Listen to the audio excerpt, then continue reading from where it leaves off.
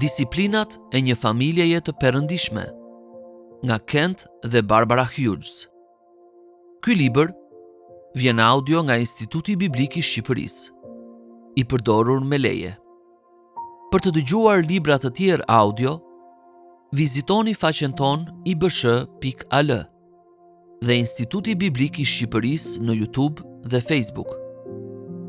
Disiplinat e një familjeje të perëndishme, nga Kent dhe Barbara Hughes.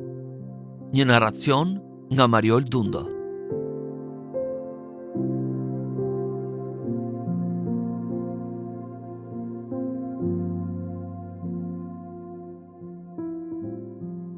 Kapitulli 5. Disiplina e lutjes me përkushtim. Rrëfimet e Shën Agustinit zbulojnë se jeta e tij e hershme nuk dha shumë të dhëna për të krishterin e madh që ai do të bëhej një ditë. Nga sa tregonin shenjat, djaloshi brilant do të bëhej një profesionist i shturur, ndoshta në fushën e drejtësisë apo atë akademike. Si student në moshën 17 vjeçare, ai zuri një të dashur që ndau shtratin me të për një dekadë të tërë dhe i lindi një djalë jashtë martese. Intelektualisht, Agustini përqafoi jo krishtërimin, por herezin manekiane, e cila fshehtazi pretendonte të pajtonte filozofin dhe fen. Në moshën 23 vjeçare, ndërsa jepte mësim për retorikën, ai shkroi një libër me një titull që sot tingëllon jashtëzakonisht bashkohor: Mbi të bukurën dhe të përshtatshmen. Agustini ishte larg të qenit kandidat për kishën, e aq më pak për shenjtërinë. Por ai kishte diçka të veçantë në jetën e tij. Nënën e tij Monika, një grua me besim të pamas dhe lutje këmbëngulëse. Ajo e ndoqi atë nga Afrika e Veriut deri në Rom, ku ai u përpoq t'i rishqiste pranisë së saj, dhe më pas në Milano, ku ai u konvertua me të vërtet. Pjesa tjetër përbën një histori të çmuar të kishës, sepse ai u bë Agustini Hippos, teologu më i madh i kishës së hershme. Pas vdekjes së Monikës, Agustini ja shpreh në mënyrë poetike pikëllimin perëndis. Vajtova për nënën time. Nënën që për atë kohë ishte e vdekur për sytë e mi, që kishte qarë për shumë vite për mua, që të jetoja në sytë e tu. Lutjet e Monikës për birin e saj shërbejnë si një shembull mbështetës i fuqisë së ndërmjetësimit prindëror. Në të vërtetë, gjëja e vetme më e madhe që prindrit mund të bëjnë për fëmijët e tyre është të bëjnë rregullisht lutje me dashuri, të zjarrta, të informuara dhe të hollësishme në emër të tyre.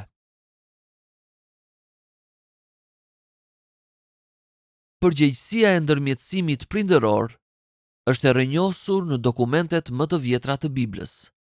Në mënyrë domethënëse, kapitulli i parë i Jobit na informon se kur të bijtë e Jobit festonin, ai do t'i shtynte ata të pastroheshin. Atëherë, kur mbaronte seria e ditëve të gostisë, Jobi i thëriste për t'i pastruar.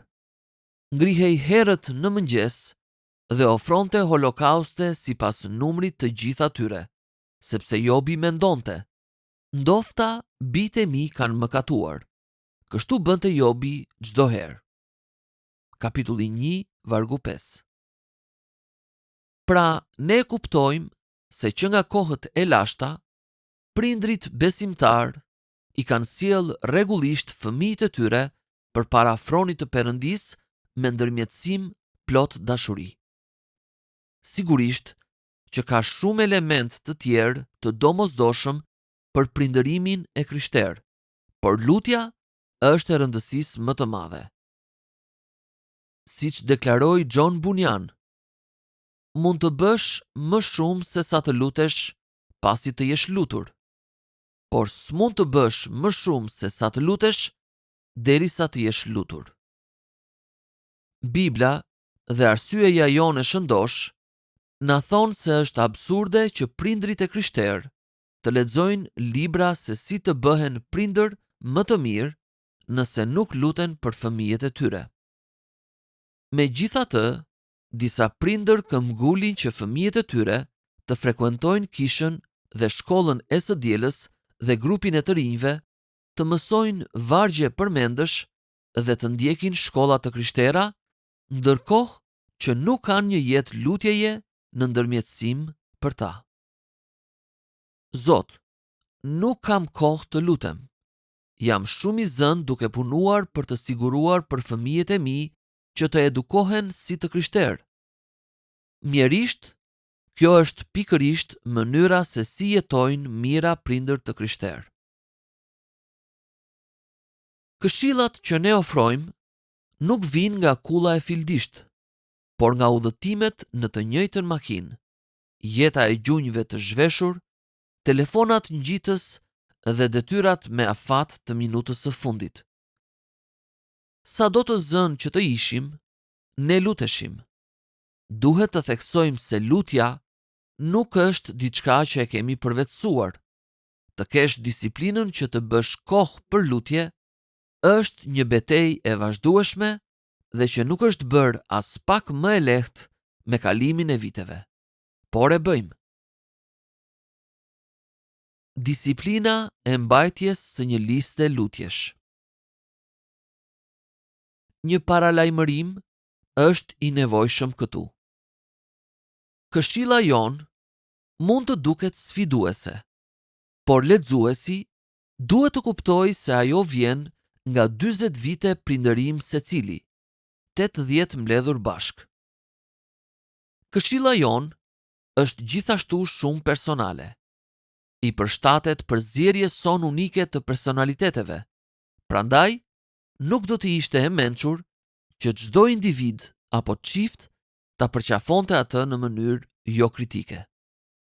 Më mirë ta lexoni kapitullin deri në fund dhe më pas të zbatoni me lutje disa nga sugjerimet që do të përmirësojnë më drejt për drejt lutjet tuaja prindërore. Përvoja na ka mësuar se një listë lutjesh është e domosdoshme. Prirja jonë për përtatësi mendore në kohë lutjeje, veçanërisht kur ishim të lodhur, kishte nevojë për një listë. Një listë lutjesh ndihmon në përqendrimin e mendjes dhe na ndihmon të kujtojmë edhe gjërat e vogla, ashtu dhe të mëdhat. Ne zbuluam se kur nuk i kishim listat me vete, harronim të luteshim për nevoja që kishim supozuar se ishin të pamundura t'i harronim. Po kështu, listat e lutjeve ndihmojnë për të qenë më sistematik në lutje dhe ndihmojnë në monitorimin e përparimit në ndërmjetësim, ndërsa kërkesat hiqen nga lista dhe të tjera shtohen. Për të shpjeguar se si mund ta bëjmë një listë lutjesh, që është një pjesë e fletores son më të madhe të lutjeve, kemi parë se është më e dobishme t'i paraqesim të gjitha së bashku. Pra, shpjegimi ynë do të jetë si vijon. Së pari, një përshkrim i fletores së lutjes, e cila përmban 6 ndarje. Së dyti, një shpjegim i ndarjes së 5, që merret me kërkesat e lutjes, dhe së treti, lista jone e lutjeve familjare, e cila është pjesë e seksionit të kërkesave të lutjes. Mbajtja e një fletoreje lutjesh. Fletoria jon e lutjeve është një blok i vogël, 12 me 18 cm, me triunaza, me flet të lirshme, me 6 ndarje apo seksione. Ndonjëherë lutemi sipas ndarjeve nga fillimi në fund. Herë të tjera përdorim 1 ose 2 seksione. Seksioni i meditimit rendit vargjet e plota të shkrimeve të shenjta, mbi të cilat po meditojmë dhe që jemi duke mësuar përmendësh aktualisht. Seksioni mbi rrëfimin përmban vargje që na udhëzojnë në lidhje me mëkatshmërinë tonë dhe nevojën e rrëfimit. Ne I lexojmë rregullisht këto pasazhe si një ndihmë për të rrëfyer mëkatet tona individuale. Dorëzimi natyrshëm pason rrëfimin.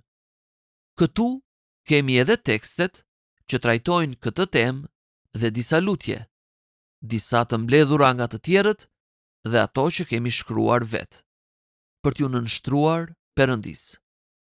Seksioni I adhurimit mbulon disa faqe dhe përmban më shumë materiale të mbledhura se sa mund të përdorim në disa kohë devotshmërie. Ai rendit vargje, këngë dhe poezi që e ngren zemrën lart. Seksionet kërkesa dhe përgjigje e përmbyllin natyrshëm fletoren tonë të lutjeve. Seksioni I kërkesave është më I rëndësishmi për lexuesin sepse përmban listën e lutjeve familjare. Bërja e një seksioni kërkesash. Kërkesat javore zën 4 faqe. Secila prej faqeve përmban një listë për të lutur një herë në javë. Ne kemi 4 lista në vend të një për çdo ditë të javës, për të lejuar ditët që humbin pashmangshmërisht, si dhe për fleksibilitet në rutinën e kohës me Zotin. Ne përdorim gjithashtu shënime me post-it, bloqe fletësh të verdha zyre në çdo titull për të lehtësuar rishikimin pa pasur nevojë të ribëjmë të gjithë faqen. Shënim. Shembujt vizual të listës së lutjeve do I gjeni në librin e publikuar nga Instituti Biblik I Shqipërisë. Më pas, lista jone e lutjeve ditore është paraqitur në mënyrë të përmbledhur në 3 faqe. Titujt e përditshëm janë familja, stafi, sëmundje, pikëllime, probleme, ngjarje të rëndësishme, shërbesat, adhurimi në bashkësi, besimtarët e rinj, misioni. Shënimet me post-it përdoren gjithashtu nën disa prej këtyre titujve. Bërja e një liste lutjesh familjare. Pjesa mbi familjen është natyrisht më e detajuara e seksionit të lutjes ditore. Ne e kemi modifikuar në lutje për familjen. Shumë shpesh, ne I paraprim kërkesat tona specifike familjare duke përdorur një nga këto lutje të bukura. Efesianëve kapitulli 3, vargjet 16 deri në 19 për familjen. Atë, lutemi që nga pasuritë e lavdisë tënde ti forcosh fëmijët tanë me fuqi nëpërmjet frymës tënde në qenjet e tyre të brendshme, që Krishti të banojë në zemrat e tyre me anë të besimit, dhe lutemi që fëmijët tanë, duke qenë të rrënjosur dhe të themeluar në dashuri, të kenë fuqi së bashku me të gjithë shenjtorët dhe të kuptojnë se sa e gjerë, sa e lartë dhe e thellë është dashuria e Krishtit dhe të njohin këtë dashuri që te I kalon çdo njohuri, që ata të mund të mbushen me të gjithë plotësinë e Perëndisë. Efesianëve, kapitulli 1, vargjet 18 dhe 19 për familjen. Lutemi që sytë e zemrave të fëmijëve tanë të ndriçohen, në mënyrë që ata të mund të njohin shpresën për të cilën I thiri Krishti, gjithë pasurinë e trashëgimisë së lavdisë së Krishtit në shenjtorët dhe madhështinë e jashtëzakonshme të fuqisë së Tij ndaj nesh që besojmë. Ju kurrë nuk do të gaboni kur luteni me fjalët e Perëndisë. Për më tepër, ato do t'i informojnë dhe pasurojnë lutjet tuaja të mëvonshme me mençurinë dhe ritmet e qiellit. Mund t'ju duket e dobishme, megjithse jo me do e mos sigurisht, që të ngjisni një foto të vogël të secilit fëmijë, pasuar nga titujt e lutjeve dhe kërkesat e detajuara siç tregohet më poshtë.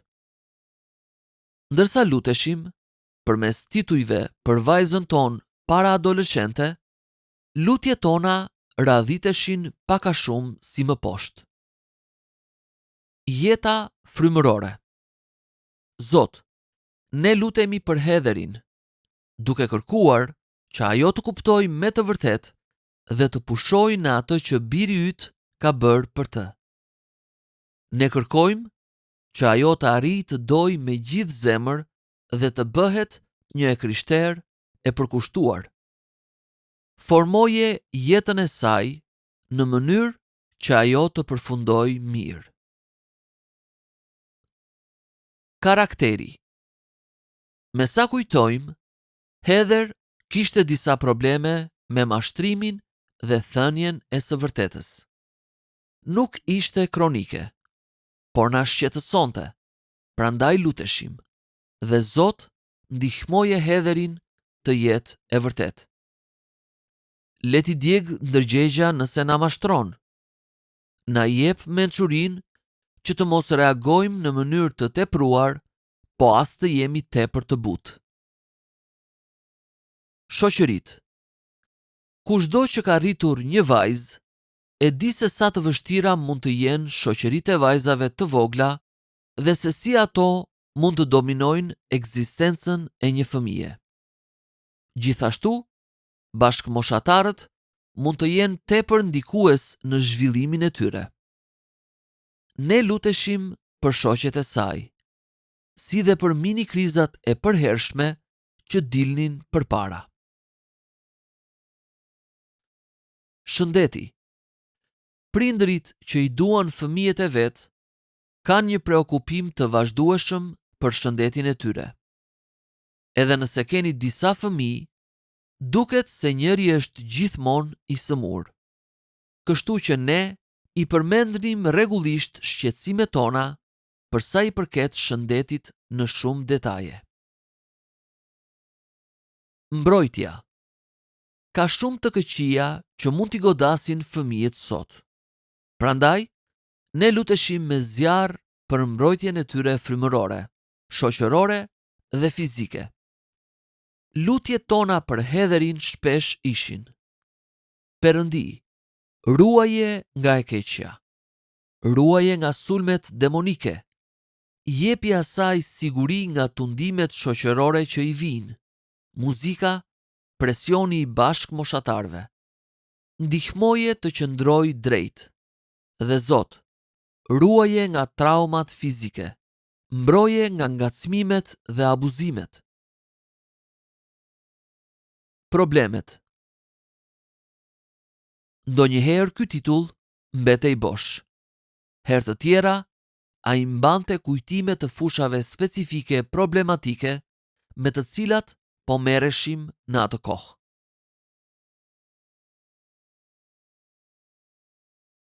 Bashkëshorti i ardhshëm. Që nga koha kur fëmijët tanë ishin foshnjë, ne jemi lutur që nëse do të martoheshin, Perëndia do t'u jepte bashkëshort të perëndishëm dhe të dashur. Ne u themi sot nuseve dhe dhëndurve tanë se jemi lutur për ta prej 3 dekadash. Lavdërime. Ne gjithmonë e falenderonim Perëndin për secilin nga fëmijët tanë, duke cituar ato që vlerësonim kaq shumë. Faleminderit për shpirtin e saj të ëmbël dhe zemrën e saj të gëzuar. Faleminderit për mbrojtjen tënde dhe për ditët e mira që ajo ka kaluar. Amen.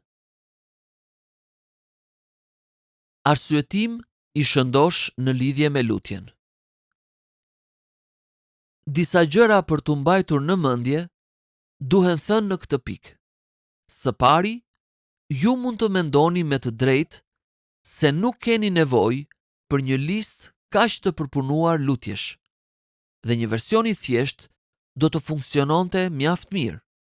Për shembull, një karton 5 me 8 cm me emrat e fëmijëve tuaj dhe përkujtues me shkrim të imët mund të shërbejnë për të sjellë në mendje informacionin e nevojshëm. Disa nga të njohurit tanë i kanë të shtypura listat e tyre të reduktuara në fleta të vogla, të printuara dhe më pas të laminuara me plastik që të mund të bartet lehtësisht në një portofol ose çantë. Së dyti, kuptoni se patjetër që mund të luteni edhe pa listë. Përdorimi i detyruar i një liste do ta zbeh gëzimin nga lutjet tuaja.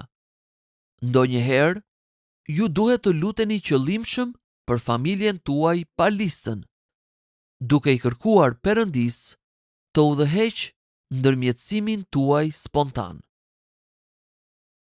Së treti, një metodë e vjetër e provuar dhe e vërtet e ndërmjetësimit në familje është të merrni një stilolaps në dorë, të listoni emrin e fëmijës suaj dhe të shënoni nën të shkurtimisht kërkesat tuaja.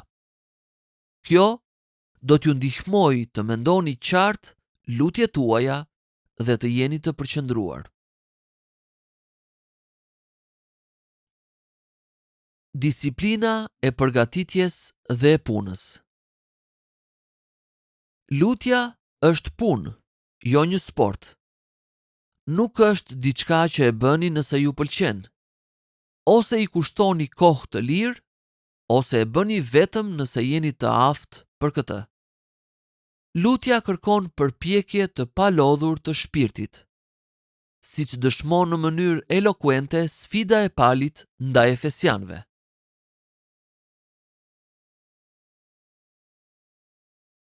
Pika A.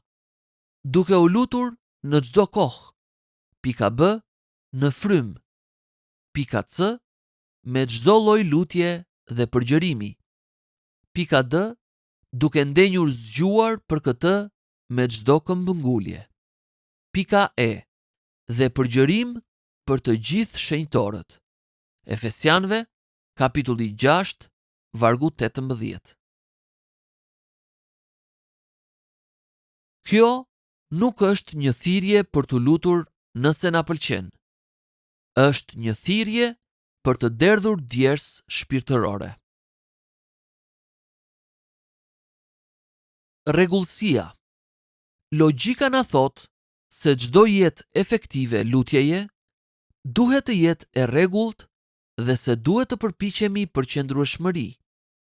Por të menduarit e kthjellët na kujton se ndonjëherë do t'i humbasim kohët tona të lutjes. Mos u dekurajoni me gabimet dhe mos ju nënshtroni mendimit të mirë se duhet t'i kompensoni lutjet e humbura. Ndonjëherë, edhe ditët më të mirë planifikuara, thjesht na dalin jashtë kontrollit. Dhe në këto raste, bëjmë mirë që thjesht të bijem në shtrat duke thënë: Zot, jam i lodhur. Amen. Perëndia nuk është një kompjuter. Ai është një atë dhe kupton. Pra zgjohuni pa ngarkesë faji dhe provoni të nesërmen. Edhe nëse del jashtë kontrollit, edhe ajo. Gjetja e kohës. Bota jon e ngarkuar nuk është mikpritëse për lutjen, sepse ajo as nuk e kupton lutjen dhe as nuk të lë kohë për të. Ne duhet të luftojmë për kohën e lutjes. Baballarët që e kanë të vështirë të luten në shtëpi, edhe kur zgjohen herët, sepse një vogëlush me sy të përgjumur hyn dhe ndërpret vazhdimisht, mund ta zgjidhin problemin duke u larguar 30 minuta më herët për në punë dhe duke u ndalur në parkingun e një dyqani pasticërie apo farmacie për një gjysmë ore lexim dhe lutje.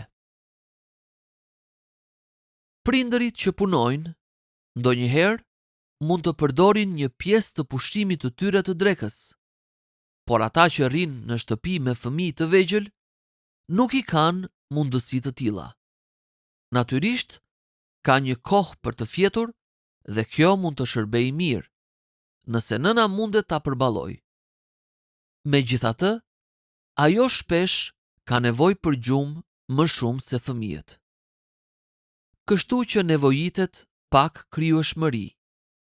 Një ide është që të alternoni ditët me një fëmijë ose mik për të mbajtur fëmijët e njëri tjetrit. Kjo mund të lirojë 1 orë, 2 ose 3 herë në javë për një kohë me Zotin.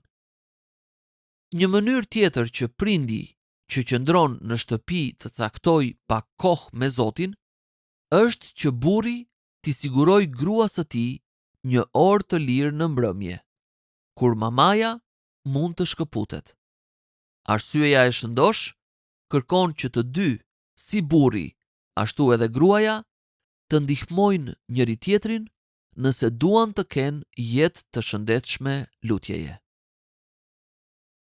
Kohës zgjatja. Është gabim të imagjinohet se lutjet duhet të jenë të gjata në mënyrë që të jenë efektive dhe të pëlqyera për Perëndin. Martin Luther ka thënë: sigurohuni që të mos përpiqeni t'i bëni të gjitha. Mos u përpiqni të bëni tepër, që shpirti juaj të mos lodhet. Përveç kësaj, një lutje e mirë nuk ka nevojë të jetë shumë e zgjatur. Mos e zvarrit atë. Lutja duhet të jetë e shpeshtë dhe e zjarrt. Është shumë më mirë të bësh 10 minuta lutje të përqendruar se sa 1 orë në të cilën mendja endet nga Jeruzalemi e deri në Timbuktu. Një përkushtim legalist ndaj kohëzgjatjes do ta fundos me patjetër jetën tuaj të lutjes. Gjithashtu mbani mend se ne na është dhënë sfida që të lutemi përgjatë gjithë ditës. Jini gjithmonë të gëzuar. Lutuni pa pushim, këshillon apostulli Paul tek 1 Thesalonikasve, kapitulli 5, vargjet 16 dhe 17. Lutja së bashku. Kur çiftet e krishterë fillojnë jetën së bashku, ata shpesh kanë një pamje të idealizuar të kohëve të përkushtimit në familje. Ata e imagjinojnë veten duke lexuar me nge Biblën së bashku, duke diskutuar gjerësisht një meditim të thellë devocional nga Oswald Chambers, duke u lutur për tej e ndan globit, duke kënduar së bashku këngën "Është mirë për shpirtin tim" dhe duke rënë për të fjetur në krahët e njëri tjetrit, ndërsa Biblat u rrëshqasin në dysheme. Mjaftojnë disa muaj martesë për të zgjuar ndaj realitetit. Dhe kur vijnë fëmijët, çifti fillon të dëshpërohet për të gjetur ndonjëherë kohë për të lutur bashk, përveç lutjes para vakteve.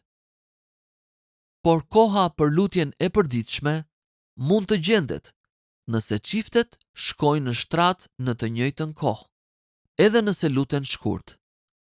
Ne kemi zbuluar se përveç lutjeve të shkurtra ditore së bashku, një kohë e zgjatur për lutje të ndërsjellë mund të organizohet në mënyrë të arsyeshme 1 herë në javë.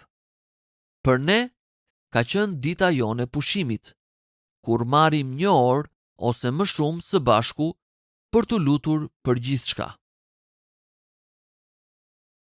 Logjika e shëndosh në lidhje me përgjigjet.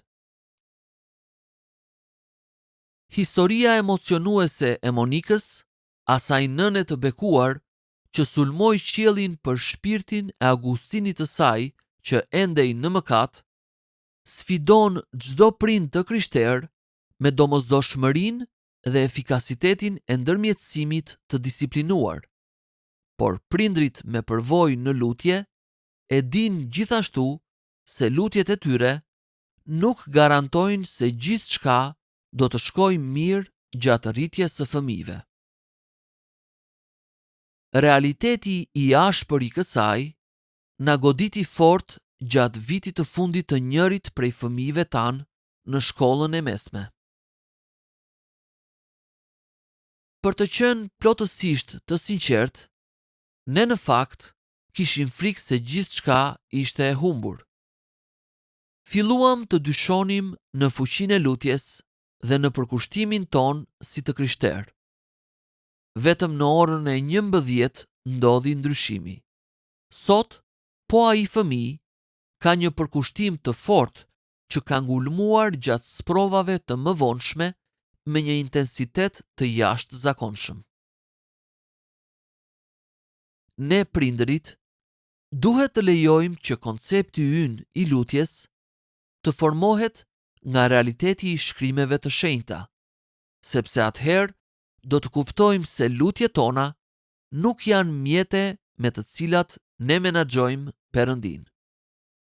Përkundrazi, e kundërta ndodh sepse Zoti përdor lutjet tona për të na menaxhuar ne, për të përkulur vullnetin ton ndaj Tij dhe për të avullosur shpirtin ton me karakterin e Tij. Kur prindrit luten vërtet për pasardhësit e tyre, lutjet e tyre lidhin si shpirtin e tyre, ashtu edhe shpirtrat e fëmijëve të tyre, në një mister që përfundimisht thellon jetën e secilit. Shpesh, heshtja e Zotit është një shenjë heshtur e një përgjigjeje më të madhe. Oswald Chambers shpjegon: disa lutje pasohen nga heshtja sepse janë të gabuara, të tjera sepse janë më të mëdha se sa ne mund të kuptojmë. Do të jetë një moment i mrekullueshëm për disa prej nesh kur të qëndrojmë përpara Perëndis dhe të zbulojmë se lutjet për të cilat kemi thirrur me ngulm në ditët e hershme dhe imagjinonim se nuk morëm përgjigje kurrë, janë përgjigjur në mënyrën më të mahnitshme dhe se heshtja e Perëndis ka qenë shenja e përgjigjes. Perëndia i dëgjon lutjet e prindërve besimtar dhe kënaqet kur u përgjigjet atyre në mënyra të mahnitshme. Shkrimet e shenjta dhe fryma e shenjtë na thërrasin të lutemi. Ne duhet të lejojmë që disiplina e lutjes të jetë baza e gjithë edukimit të fëmijëve tanë. Lutja është gjëja e parë, gjëja e dytë, gjëja e tretë, prandaj lutu, lutu, lutu. Për të menduar. Çfarë ju përcjell shembulli i nënës këmbëngulëse në lutje të Agustinit përgjithsisht dhe personalisht? A jeni dakord se lutja për fëmijët tuaj është gjëja më e madhe që mund të bëni për ta? A jeni dakord që një listë lutjesh është një mjet i shkëlqyer për lutje efektive për familjen dhe miqt tuaj? E keni provuar këtë? Me çfarë suksesi? Apo përdorni një të tillë tani? Pse? Ose pse jo? A ju duket e këndshme lutja apo mundim? Çfarë na mëson Efesianëve kapitulli 6, vargu 18 për lutjen? Çfarë do të thotë të lutesh pa pushim? 1 Thesalonikasve kapitulli 5, vargu 17. Si mund ta bëni ju këtë? Jini sa më praktik këtu. A e keni të lehtë apo të vështirë ju dhe burri apo gruaja juaj që të luteni së bashku? Sa shpesh po e bëni këtë? Çfarë mund të bëni praktikisht për ta bërë këtë një zakon?